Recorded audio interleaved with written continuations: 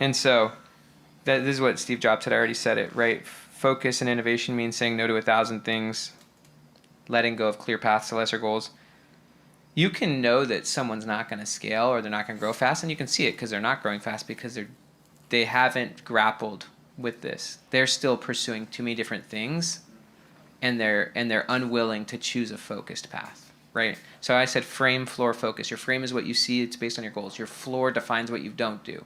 When you have a really high floor, you have to start saying no to a lot of things, including your lesser goals. And then you can actually create a focused path, which most people won't do. But if you actually focus and you're focused on the right thing, the actual crux. So you just said you have to let go of a lot of things, including lesser goals. Would it be even more accurate to say you have to let go of a lot of things, especially lesser goals, because those are the things that are the most distracting? Yeah, those lesser goals are false meanses to where you thought you needed to go, right? Or they're things that you were attached to For whatever reason. from prior premises. Your past self is not a bad person, but they had different premises than you. And often we hold on to the goals of our past selves. And that stops us from letting those go and going the better path. And so, it's sometimes hard to grapple with. This meant a lot to me in the past, but it's now a bad path. Can you go back to your slide that had the trajectories, the two different trajectories? That one.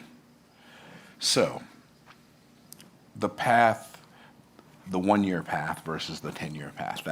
That's like, I don't know that anything could be more beautiful than that picture. Because the amount of inertia that you have to overcome, which is my present self, my past self, the amount of inertia that you have to overcome in order to take the focus path it's way greater.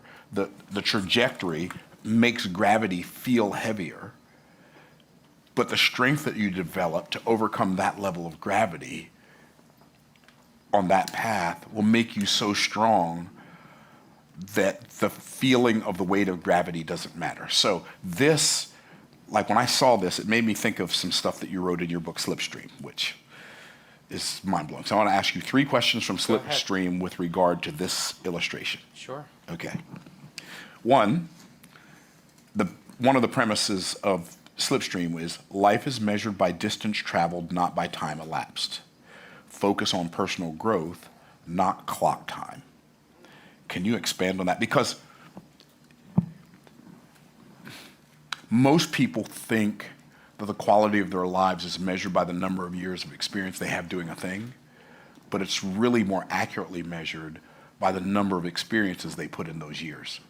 So can you expand on life is measured by distance traveled, not time elapsed? That's the first one.